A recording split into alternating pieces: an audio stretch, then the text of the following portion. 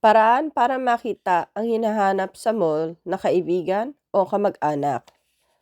Magbigay ng eksaktong lugar na pagkikitaan. Sa lugar na pagkikitaan, kung ang kumpanya ay may 3 sa lugar na iyon, alamin kung ito ay nasa first floor, second floor, or ground floor. Sabihin kung ano ang nasa harap ng kumpanya o katabi nito.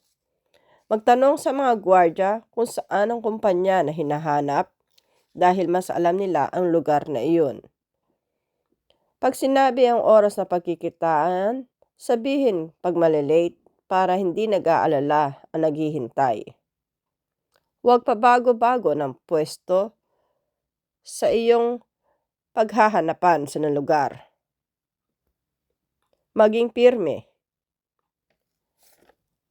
At sabihin din kung ano ang iyong suot o suot ng iyong kamag-anak, mapakaibigan o kamag-anak man para maipakita sa gwardiya ang iyong hinahanap. Kung hindi makita ang kamag-anak, maaari ding humingi ng tulong sa customer service para i-announce ang kanilang pangalan. Yun lang po.